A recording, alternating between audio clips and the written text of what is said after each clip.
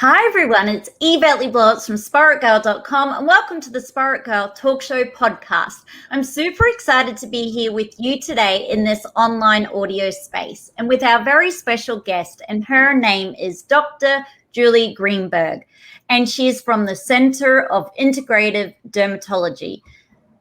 How are you? Welcome. Thank you so much. I'm glad to be here. I'm doing great. How are you? Yeah, really well. And so before we get started, are you happy to tell our audience a little bit about who you are and what you do, and a little bit more about your background in skincare and dermatology? Yes, I'd be happy to. So I'm a naturopathic doctor who specializes in dermatology. And so that means I'm an ND, not an MD. So for any of your listeners out there who are not familiar with naturopathic doctors, I'll explain what one is. So we also have 4 years of medical school and passed medical boards, just like MDs. But our approach is a little bit different. So we do study pharmaceuticals, and depending on the state or province in Canada, we do prescribe pharmaceuticals, but usually that's not our first line. So what we're trying to do is figure out what's the root cause. Why is somebody having like a skin issue, for example? And instead of just giving them a steroid or something that's going to try to push down that inflammation, and it's obviously not the problem that they're deficient in steroids, right? We're trying to ask the question, what's actually gone wrong for them? What's the root cause? And let's address that.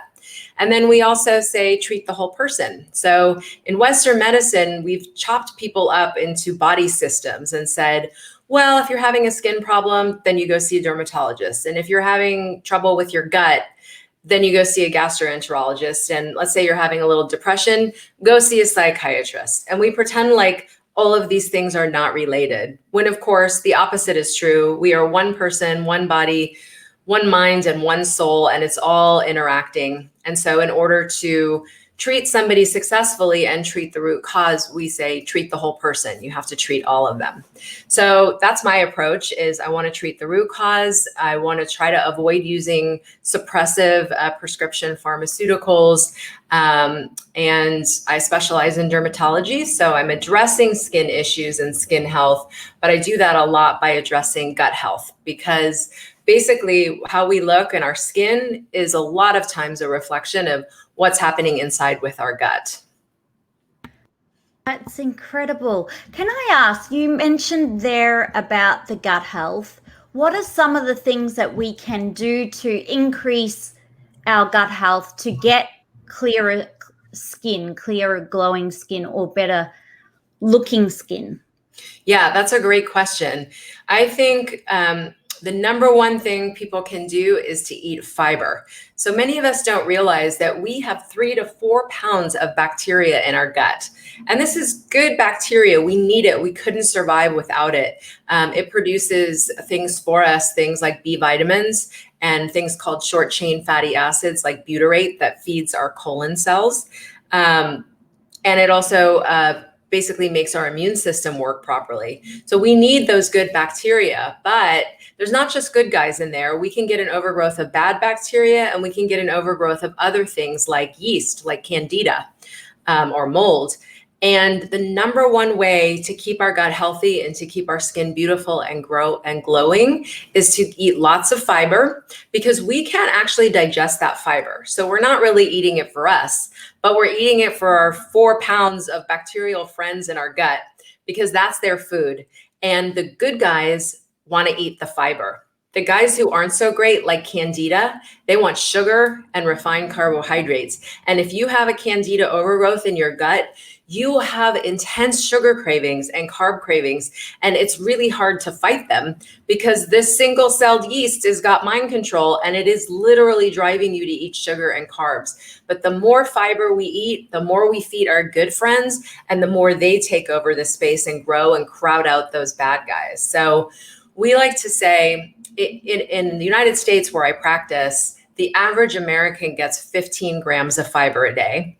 The US recommended daily intake is 25 grams of fiber a day. But as a naturopathic doctor, I like all my patients to try to eat at least 35 grams of fiber a day. And you will be astounded with what that does for your gut health and what that does for your skin health too. Wow. And when we go to the shopping center as an example, and we're looking to buy fiber, there's a lot of confusion at the moment where people don't want to eat bread because it's they feel like they'll get bloated. What kind of rich fiber food should we be grabbing when we're going grocery shopping? Yeah, and that's a very smart question, and it's very important. So we actually don't want to get most of our fiber from grains. Well, I am talking about vegetables. So you want to head to the produce aisle first with your shopping cart, and you're going to spend a lot of time in the produce department. And you're going to get the bulk of your fiber from whole fruits and vegetables, mostly vegetables. Fruit is high in sugar. It does a lot of good things for us, but we don't want to have more than 1 or 2 fruits a day. So most of it is coming from vegetables. And I go over with patients that they should eat the rainbow over the course of the week. And what that means is when you are in the produce aisle, you're going to pay attention to all the colors of the vegetables. And as you collect things in your cart, you're going to do a rainbow check. And you're going to go red, orange, yellow, green, blue, violet. Which color am I missing? And if you don't have purple from the rainbow in your cart, you go back out into the produce aisle and you start to notice what's purple. And this world of purple will open up before your eyes, and you'll find purple cabbage and purple onions, purple sweet potatoes, purple daikon radish. And you're just going to pull that into your cart. And that way, over the course of the week, you will have eaten all the colors of the rainbow, which is good for you. And once again, good for your gut bacteria. It feeds a diversity of good gut bacteria.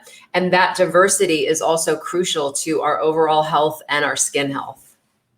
Wow, that's incredible. So search for the rainbow when you go to the produce, look for all of the colors, and get a bulk of your fiber from actual vegetables. Because we were raised knowing that we could get fiber from, say, Wheat Bix here in Australia, or cereal, and it happened at the start of the day. So it's nearly like retraining the brain or the mind to think of fiber in vegetable form and not in the processed form that comes out of cereal packet. What about when it comes to probiotics or prebiotics? Do you think for our skin we should be taking that to help with the gut health as well? So prebiotics, what that means is food to feed bacteria. So fiber is prebiotics. It's natural prebiotics, and that is the food of the gut bacteria. So that is one of the reasons why we want to eat just a ton of fiber throughout the day. So yes, I absolutely believe in prebiotics, but I don't think you need to buy a prebiotic supplement and take it, because what the bacteria have evolved to eat are the whole vegetables. So just go eat vegetables. That's the best prebiotic you can give them, hands down. Probiotics, I do think can be quite helpful. Some people do eat fermented foods, things like sauerkraut, and the sauerkraut that has live bacteria in it is not the one that's on the shelf vacuum sealed. It's the ones in the refrigerated areas. Those are the ones with the live bacteria. Of course, there's yogurts and kimchi and kombucha and lots of foods that you can be eating. But probiotics are really pretty helpful. Most of us could use them.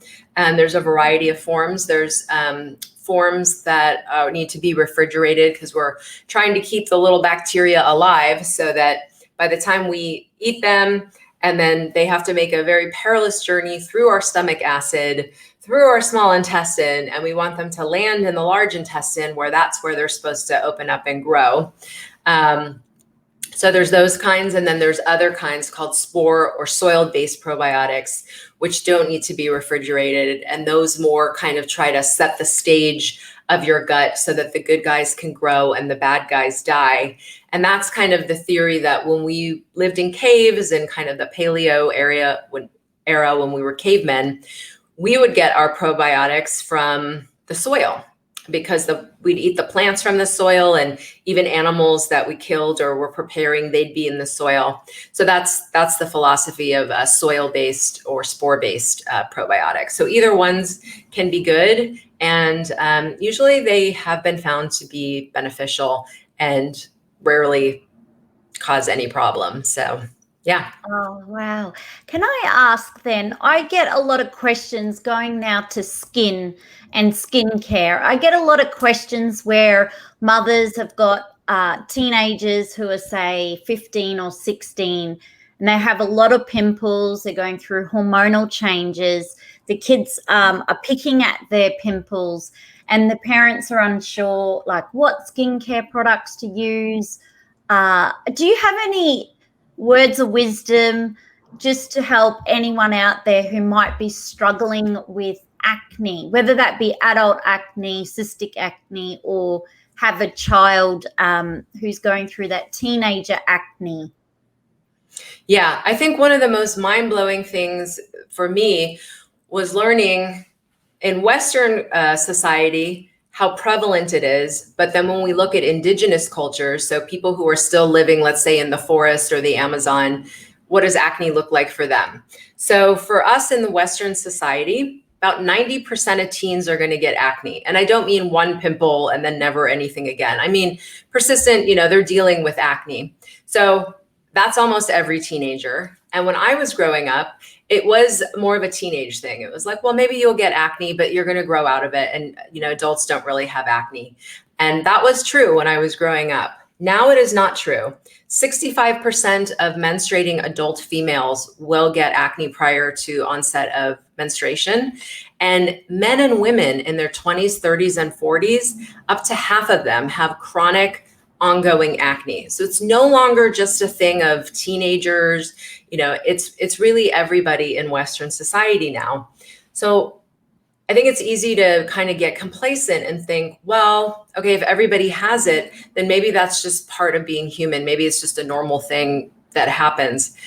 But when we look at indigenous cultures and we study those populations, nobody has acne. There are tribes of 1,200 people that they have studied for 7 weeks at a time, and no one in the 1,200, men, women, teens, menstruating females, they can't find acne. And this is true for indigenous populations in Papua New Guinea, so over in the South Pacific, in Paraguay, so South America and the Amazon, Okinawa before World War II, so very remote island living. None of them have acne. When they move into Western society, they do get acne. And again, we have to go back to the gut. So the root cause of acne, even in teens, people want to say it's hormones, and certainly hormones play a role, but it's not just the hormones, because if it were, then somebody who was growing up in a rainforest in Papua New Guinea and was going through puberty would get acne, but they don't. So it's hormones plus the gut. And teenagers eat some of the worst diets out there, right? It's cheeseburgers and French fries and ice cream and low fiber and high fat and dairy, which drives acne. And so we really do need to try to get them to eat fiber. It's easier said than done. But I actually do gut testing on all of my acne patients, and I test their poop. So they do a stool test and a urine test, and I see exactly what strains of bacteria are in there. How many good guys, how many bad guys, and then we go in and fix the gut, and that cleans up the acne. That being said, there are some things you can do for the skin, to help it out topically. There's something called a pH scale. Have you heard of that? Yes. Yeah, so the pH scale runs from 0 to 14. 0 is a very low or acidic pH. 14 is a very high basic or alkaline pH. And right in the center at 7 is neutral. So things like water and blood are neutral. And most people are surprised to hear that the skin is supposed to be acidic. That is when it's healthy. And that is because we have things on the skin that have evolved to protect us called dermcidin and defensin. And they're good guys. They are little proteins on the skin, and they're always at the ready. And if some bacteria or something gets on the skin, they are going to just go to town on it and get rid of it, and it's not going to be a problem. But if the skin is not acidic, then the skin can't do its job, and it gets all sorts of things. It gets acne, it gets herpes outbreaks, it gets eczema. So there's certain things that people can do to naturally kind of help that skin pH get back to acidic. So a lot of us have heard of aloe vera gel, like maybe, oh, if you get a burn, put aloe vera gel on it. Well, aloe vera gel is great for skin normally because it's acidic in pH, and it helps heal skin, and it helps promote collagen production. So that's something that is helpful, also helpful for acne. Things like hydrosols, which are water byproducts of the essential oil making process. They are gentle and yet acidic and wonderful for skin. And people think, oh, well, acne, so it's oily, so I don't want to use oil, but that's not true. We need to moisturize the face, and something like a grapeseed oil is a very good option for acne-prone skin. It really doesn't cause people to break out, but it does moisturize the skin and help protect it, because our skin needs to have oils on it. We have something on top of the skin called the fatty acid mantle, and that is the protective layer. So when there's no oil on the skin, it's just dry, and then the skin tries to compensate by overproducing sebum, which is the problem in acne. So trying to use these natural botanical acidic products can really help the skin. Okay, that's great to know. Thank you for sharing that. So grapeseed oil, you also mentioned aloe vera. You also mentioned it would be good also to go back to do the stool tests, whether it's with you or with someone else in your country, but that being a great benchmark to work out what's happening in the gut. Yeah, you need a naturopathic doctor or a functional medicine doctor who's used to running these types of tests, that's used to dealing with the gut. But if you have somebody treating your skin or your kid's skin and they're not talking about the gut, then they are not going to get to the root cause of the problem.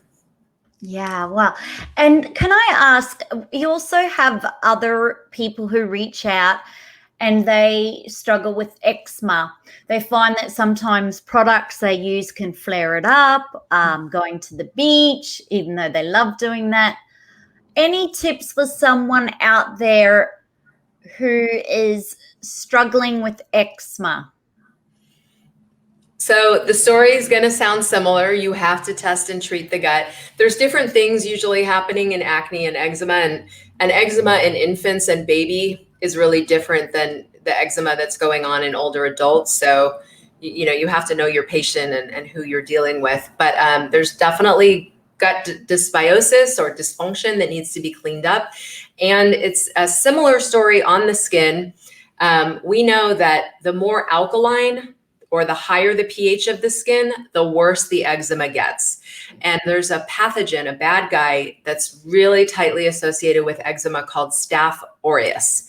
So if somebody is dealing with eczema and those rashes on the skin, they have an overgrowth of Staph aureus. In addition to what we talked about, those natural botanicals to bring down the pH and make it naturally acidic, you want to use antimicrobial herbs, things that are going to help kill off that Staph aureus.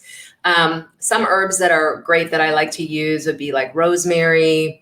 You can use teas on babies. So you can brew up black, green, or herbal tea, calendula tea, chamomile tea, peppermint, thyme. Honestly, it doesn't matter. And you wash the baby in it, and it's wonderful for skin. So yeah, the key about eczema is that Staph aureus piece, that you need to get rid of that. But we also really want to keep the skin moisturized in eczema. The more it dries out, the worse off the skin is going to be. And again, I like oils and body butters as opposed to like lotion moisturizer type things. That was really great there. Another question I get asked all the time is collagen. Should we be taking a collagen supplement as we're aging, a drink? People are totally confused about collagen. I think they're confused because we don't have all the answers yet, right? And there are lots of forms of collagen, and there's collagen that are called dipeptide and tripeptide, so they're broken down. There is evidence that taking collagens that are broken down, that we are able to better utilize them. So I do use and prescribe collagen for certain conditions. I do think it can be useful. It's not, I think you have to set expectations. It's not like you're going to drink collagen one day and wake up in the morning and your skin is going to be different. So you have to give it a few months on the collagen and see, how you're doing. But I do think collagen can be useful. But so there's taking collagen, but again, I'm going to come back to skin pH, because as we age, we break down the collagen and elastin in our skin at higher rates. That is why we wrinkle. That's why if you scrunch up your forehead and when you release your forehead, the lines stay, that's a lack of elastin, right? Elastin is supposed to make it snap back. And in babies and kids, there's a lot of elastin, there's a lot of collagen. Well, sadly, we produce these enzymes as we age called collagenase and elastase, whose job it is to break down the collagen and elastin in our skin. Boo, we don't like that. That's going to give us wrinkles. Well, what can help slow that process down? Keeping your skin acidic. Acidic skin ages less quickly. So all the things I talked about for eczema and for acne, these are good for naturally keeping your skin beautiful and wrinkle-free as you age and become more mature. You will not break down the collagen as much. So that's, I think, a better option than trying to drink collagen and then have your body build it out. Like, let's keep what we already got and not break it down so quickly. So keep that skin acidic with all these things we talked about, and your collagen will stay with you for longer. Oh, wow.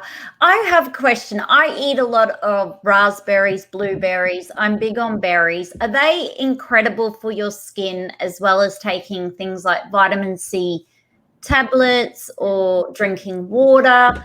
Are these basic things helpful? Because people often ask me, oh, you have good skin. And I literally don't do a lot. But apart from eating berries and drinking water and maybe more conscious of the food I eat.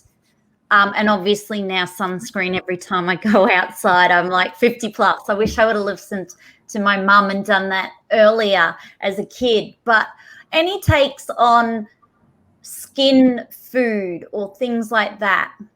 Yes, so berries are fantastic in so many different ways. They are high in fiber. They are pretty low in sugar as fruits go. And those colors, that's what we were talking about. You have to eat the rainbow, right? We've got raspberries, those are red. Blueberries, they're blue. Blackberries, they're purple, right? We want all those colors. And all of those colors are things like flavonoids and anthocyanins. They are good compounds that go into your body, and they do healthy things for your whole body, for your blood flow, so that your skin can get, increased blood flow. So absolutely, the food you eat and eating berries is going to be a wonderful part of your diet.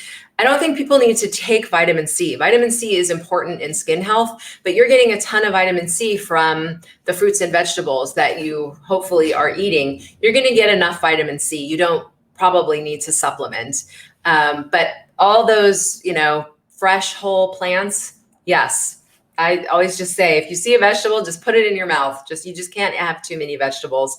And those berries are great. They're also proven for brain health, right? Because you know that for cognition, eating like blueberries every day actually helps. So the skin is a reflection of not just how is your skin health, but how is your overall health. And so when we do things like eat, fiber and the berries, it's not just good for our skin. Of course, that's a perk. We want our skin to look fabulous, but your whole body is going to thank you, and you're going to feel better and think better and look better. Yeah. Wow. Think better, look better, eat better. So really everything's really going back to what we eat, what we put into our bodies. And there are so many products out there, so many skincare products, natural, vegan, cruelty-free, so many brands. We won't even go there with brands. But for basic skincare, we get told to do it morning and night. To use an eye cream around underneath the eye, not a face cream. Any skincare tips just for overall cleaning and getting rid of dead skin? Should we do it morning and night or just once a week? I don't think people need to really soap their face more than once, certainly not twice a day. I mean, when we talk about getting rid of skin, like that happens naturally. Our top layer of skin is dead and it's going to shed. If people want to do light exfoliation, I think that's totally fine. But we don't want to over mechanically scrub or chemically with like peel it with acids and stuff. It's just not necessary. I think one of the key things when it comes to skincare, because like you said, there's so much out there, is that you have to read your labels. So many of us, we go to the market, and if we're going to pick up a packaged food, we look at the label. We look at, well, what's actually in this thing? Is it a garbage product, or do I understand the ingredients that are in this food I'm about to put in my body? So a lot of us already know, okay, if I don't understand what these ingredients mean, then I'm not going to eat it. And the same thing holds true for your skincare. Turn the bottles around, read the ingredients. If you don't know what each and every ingredient is, don't put it on your skin. I almost say if you wouldn't be willing to eat it, don't put it on your skin. It's really that important. We absorb chemicals from our topical products, and women in Western societies put about 125 chemicals on their skin a day via all the personal care products. And it's really not good for us. It's relatively unregulated as compared to the food industry, and they can put just all sorts of garbage in there. And I think we know that there are things like parabens, which are endocrine disruptors. There's lots of bad things in topical products that sadly women pay a lot of money for, that make their skin actually worse and causes health problems. So turn them over. I would buy from small manufacturers. You don't need that many ingredients in it, and you should understand what all the ingredients mean, or don't put it on your skin. Don't put it on your kid's skin. It's not good for you in that case. Yeah, that's great advice, because I do look at, like you say, turn the bottle. And I'm very conscious now of makeup. I've never been big into makeup, but in Australia, there's a big shift and movement for, we call it A-beauty, Australian beauty, which is trying to do away with chemicals and trying to be more natural and going chemical free as best we can. Now, you have, you look after so many people's skin. You look after them so they can look better, feel better. Obviously, when they get better skin, do you see a massive increase in confidence with your clients? It can be life-changing for people. For teens, acne, it's hard enough to be a teen. Depression, suicide, it's really difficult to be a teen. And if your face is covered in pimples, it is just very hard to feel confident. And when you can clean up their skin, it really can be life-changing for them. People who are suffering from skin problems themselves, many of them are so tortured they can't sleep through the night. And so when you clean up the skin issue, you allow them to sleep and resume normal life. Moms who have babies with eczema, the whole family gets tortured by it because the baby is scratching and bleeding, and they'll wake up in the morning and the baby can be covered in blood just from scratching all night, or they're waking up all night, or their toddler's waking up. So it really, skin issues can take over your life and the family life, and being able to heal them really can be life-changing for people. That's beautiful. Now, how can we stay in touch with you after this podcast show to learn more about skin, natural skin, and to continue this conversation and journey with you? So I'm a naturopathic doctor, and I'm licensed in practice in the United States. So I can see patients who are located in California, Washington, or Oregon. Unfortunately, I don't have a license anywhere else, so those are the only places I can see them. But if you want more information, there's a series. If you go to my website, the About Us page, I work with a site called learnskin.com, and there's a series of 20 courses. They are meant for doctors, so some of them get scientific. But for your listeners who want to get into the science and understand, the health of skin and how the gut relates, there's courses that they can take for free. and that's at learnskin.com. But you can go to the link at my website, which is integrative-dermatology-center.com, and go to the About Us page. And so there's courses on everything I've talked about: gut health and skin health, skin pH, and how does that keep the skin healthy. If your listeners are having trouble with specific conditions like acne, psoriasis, rosacea, there's courses on all of that, and everything is free. So. I love that. Thank you so much. All of that free content, and what a great time to do it over the holiday season or in the new year. Now, Dr. Julie Greenberg, thank you so much for spending time with us today here on the Spirit Girl podcast show. You are incredible. All of your information, your passion, you are so dedicated to helping people with their skin, and it's been incredible to hear your words of wisdom and advice. And I know it's going to help not only myself, but a lot of the listeners tuning in globally today. So thank you again. I'm super, super grateful we got to spend this time with you today. And I can't wait to have you on the show in the future also. Thank you so much. It was such a pleasure being here. And I hope you and your listeners enjoy it and learn something new. Yeah, we will. And I'll make sure I keep all of the details below so all of our Spirit Girl podcast listeners can tune in too. I want to thank everyone for tuning in today. Super, super grateful we're here globally. And be sure to subscribe, to leave a 5-star rating review, and to tell someone you love too. I will see you on the next Spirit Girl podcast show. Bye for now.